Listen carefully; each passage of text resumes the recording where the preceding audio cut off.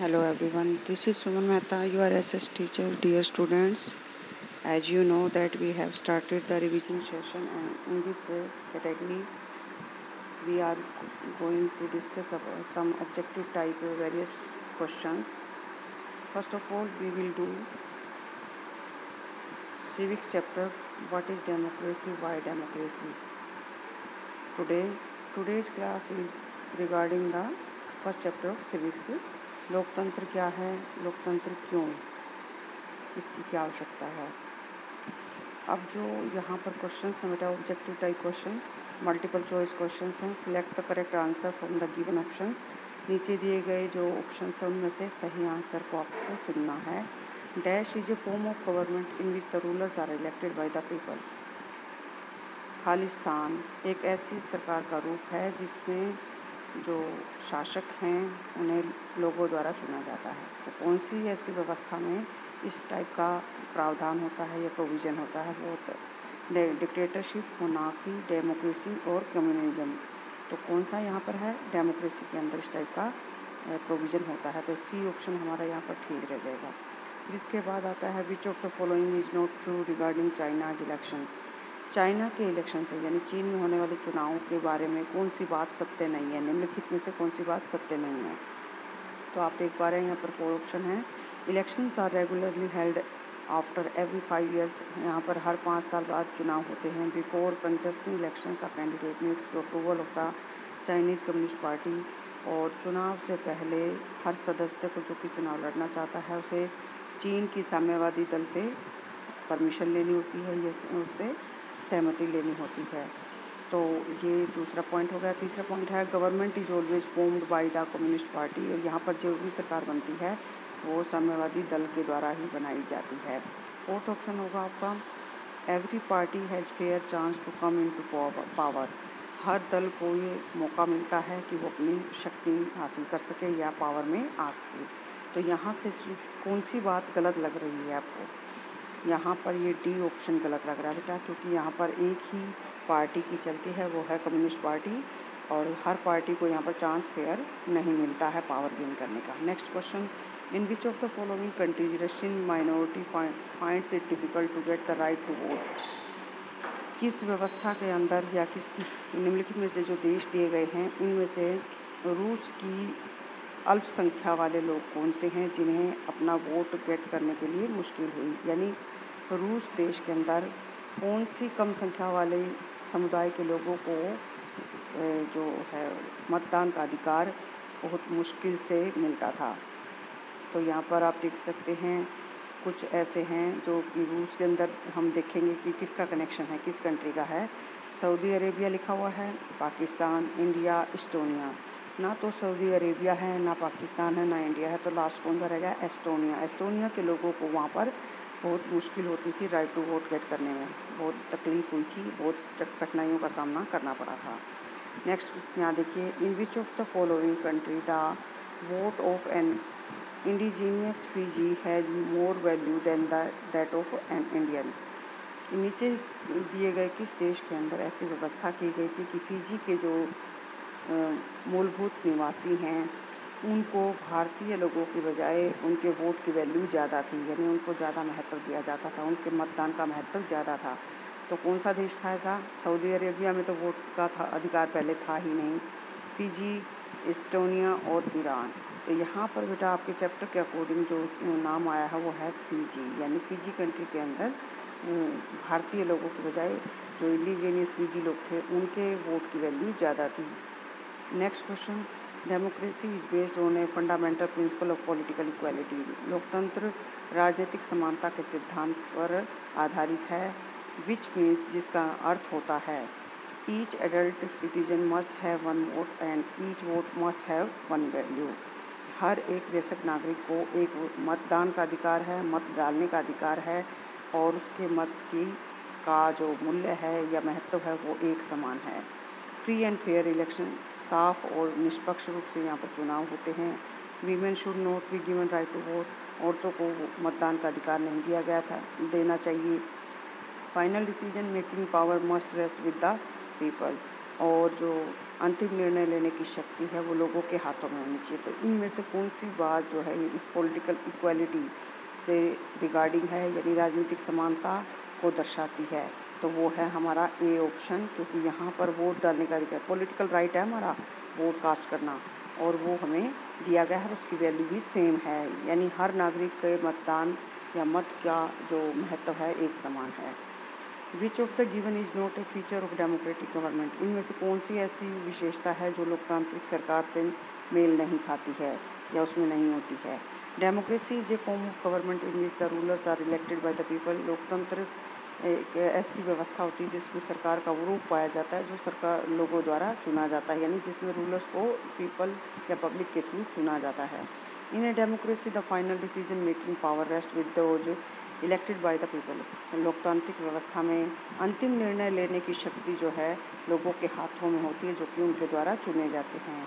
ऐसे प्रतिनिधियों के हाथों में होती है जो लोगों द्वारा चुने जाते हैं। तो कौन सी फीचर इसमें से अब तक आई कि जो इससे रिगार्डिंग नहीं है? और इसके अलावा 2 और ऑप्शन हैं नेक्स्ट पेज पर, जो कि मैं आपको अभी डिस्क्राइब करने जा रही हूँ। A democracy must be based on a free and fair election where those currently in power have a fair chance of losing। तो एक लोकतांत्रिक व्यवस्था वो होती है जिसमें साफ और स्वच्छ चुनाव, निष्पक्ष रूप से चुनाव करवाए जाते हैं, और जिसमें सत्ताधारी जो दल होता है उसके चुनाव हारने के पूरे चांस बने रहते हैं, यानी ये पूरी पॉसिबिलिटी होती है कि वो चुनाव हार जाए। Use of money and muscle power during the election, और पैसे का इस्तेमाल और क्रिमिनल कनेक्शन यानी अपराधियों के साथ संपर्क भी चुनाव के दौरान प्रयोग किए जाते हैं। तो डेमोक्रेसी में ये कौन सी विशेषता नहीं पाई जाती? हालांकि इन चारों में से ऑलमोस्ट टाइप पर ये देखा जाता है कि ये चारों ही फीचर्स हैं, लेकिन जो सबसे कम है यानी मनी का यूज और मसल पावर, ये लोकतांत्रिक जो ट्रू डेमोक्रेटिक कंट्री होते हैं वहाँ पर इस टाइप की व्यवस्था बहुत कम होती है या रेयर चांसेस होते हैं। तो इसको हम डी ऑप्शन को हम इसमें कहेंगे कि ये इसमें डेमोक्रेसी की फीचर नहीं है, यानी लोकतांत्रिक व्यवस्था की विशेषता नहीं है। फिर नेक्स्ट क्वेश्चन है, why is a democratic government a better government? लोकतांत्रिक सरकार एक सबसे अच्छी सरकार होती है, क्यों होती है? तो इसमें आप देखिए, इट इज़ मोर अकाउंटेबल, क्योंकि एक बहुत उत्तरदायी सरकार होती है। It improves the quality of decision making, निर्णय लेने की क्षमता या उसकी गुणवत्ता को सुधारती है।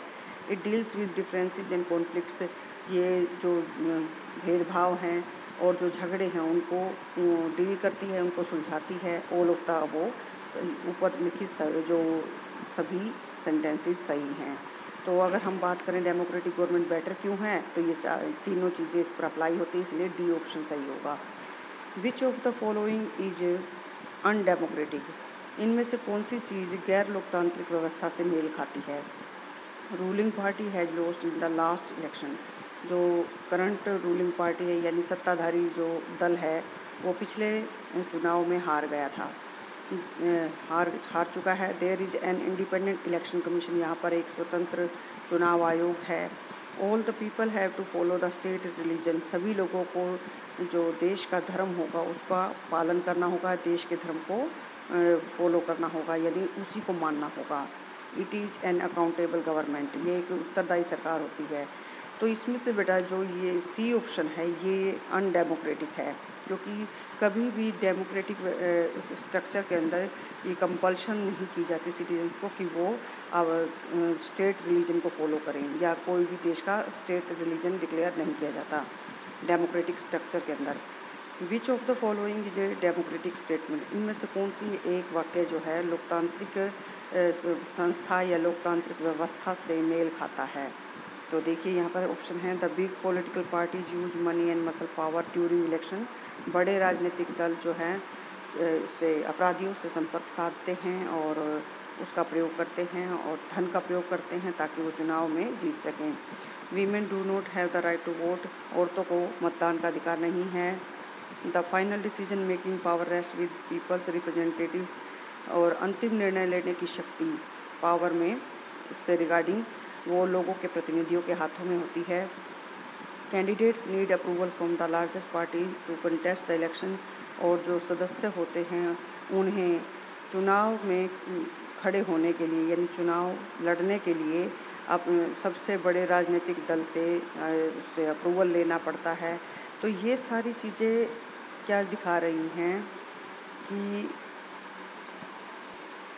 यहाँ पर 3 ऑप्शन ऐसे हैं जो अनडेमोक्रेटिक हैं और एक ऑप्शन ऐसा है जो कि डेमोक्रेटिक। और हमें क्या चाहिए? डेमोक्रेटिक स्टेटमेंट चाहिए, यानी लोकतांत्रिक व्यवस्था से मेल खाती हुई बात। वो है C option, the final decision making power rest with the people's representatives. तो यहाँ ये आपके ऑब्जेक्टिव टाइप क्वेश्चन, के बाद असर्शन और रीजनिंग बेस्ड क्वेश्चन आएंगे आपके, जो कि 4 आपको ऑप्शन दिए जाएंगे आंसर के। इनमें से एक को आपको सर्च करके लिखना है। असर्शन क्या है? दावा होता है, एक सेंटेंस बोला गया है, उस सेंटेंस का रीजन नीचे दिया गया। अगर ये दोनों एक दूसरे से मैच खाते हैं तो इनमें से ये ऑप्शन सही रहेगा। और अगर ये दोनों सही हैं लेकिन ये इसकी सही एक्सप्लेनेशन नहीं है तो हमारा बी ऑप्शन जो है सही आंसर होगा। और अगर ए ट्रू है और रीजन वाला जो हमारा स्टेटमेंट है वो फॉल्स है तो थर्ड आंसर होगा।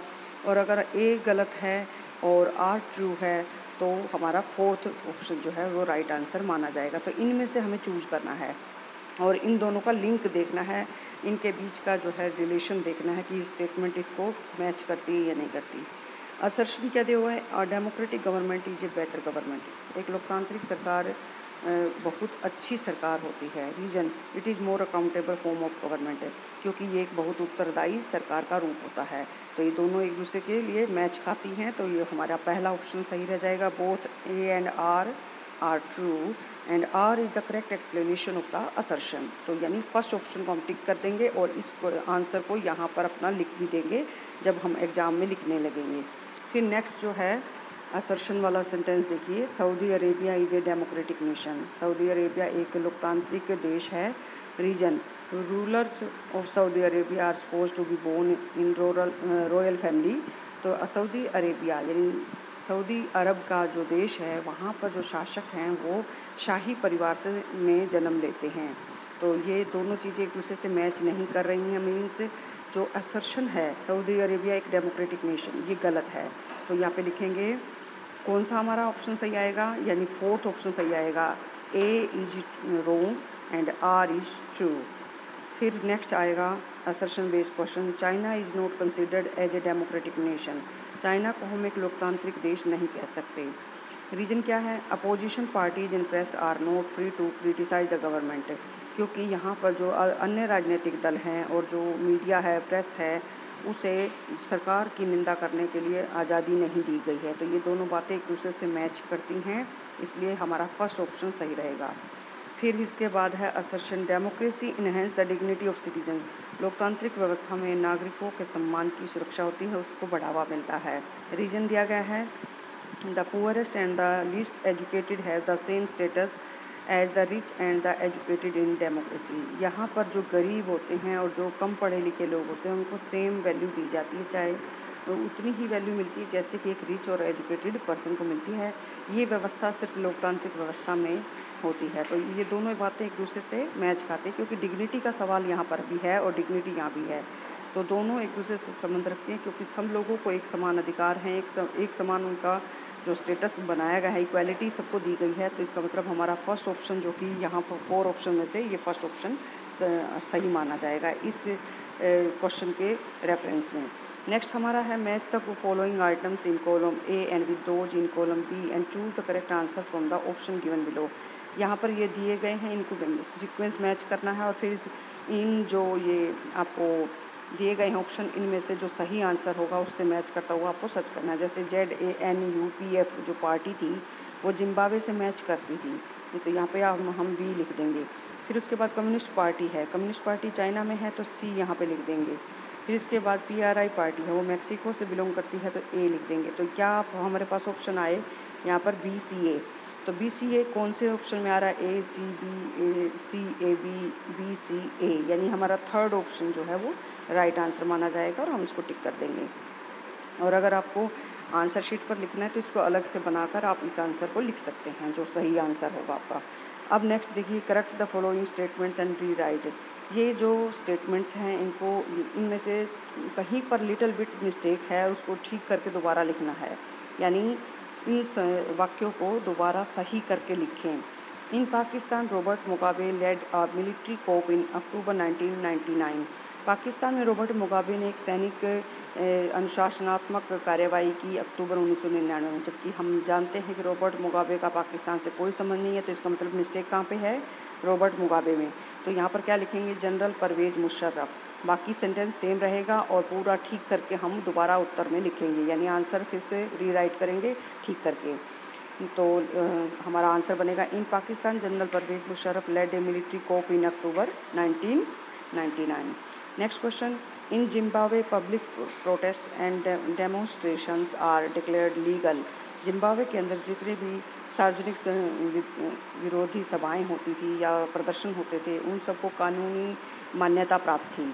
जबकि हम जानते हैं कि जिम्बाब्वे में हालांकि डेमोक्रेटिक स्ट्रक्चर था और वहाँ पर रॉबर्ट मुगाबे जो है एक फेमस लीडर भी थे और डेमोक्रेसी का स्ट्रक्चर भी था, लेकिन इसके बावजूद भी वहाँ पर गवर्नमेंट की पॉलिसीज़ को क्रिटिसाइज़ करने का या प्रोटेस्ट निकालने का राइट नहीं दिया गया था। तो यहाँ पर कहाँ गलती आ गई कि लीगल था या नहीं था? यहाँ पे आएगी इलीगल वर्ड, यानी पूरा सेंटेंस लिखकर हम इसको ठीक करके लिखेंगे। In Zimbabwe public protest and the demonstrations are declared illegal. Democratic government depends on the wishes of the people who rule. ये लोकतांत्रिक व्यवस्था में जो है सरकार जो है वो डिपेंड करती है लोगों की इच्छा पर जो कि रूल करते हैं। तो यहाँ पर प्रॉब्लम कहाँ पे आई है कि जो डेमोक्रेटिक गवर्नमेंट है वो डिपेंड्स करती है on the wishes of the people, ना कि रूलर्स। तो हम यहाँ पर पीपल हु रूल नहीं आएगा, यहाँ पर आएगा ऑफ द पीपल, यानी लोगों की इच्छाओं के ऊपर लोकतांत्रिक सरकार की व्यवस्था कायम रहती है या उस पर आश्रित रहती है। यानी लोग चाहेंगे तब तक वो सरकार बनी रहेगी, ना कि शासकों के ऊपर लोकतांत्रिक व्यवस्था निर्भर करती है। India has a bi party system. Bharat में द्विदलीय प्रणाली है नहीं। India has a multi party system. Bharat में बहुदलीय प्रणाली है। बहुदलीय मतलब बहुत सारे यहाँ पर पॉलिटिकल पार्टीज हैं। In China all are free to contest election. चीन के अंदर सभी लोग चुनाव लड़ने के लिए आज़ाद हैं। ये गलत बात है।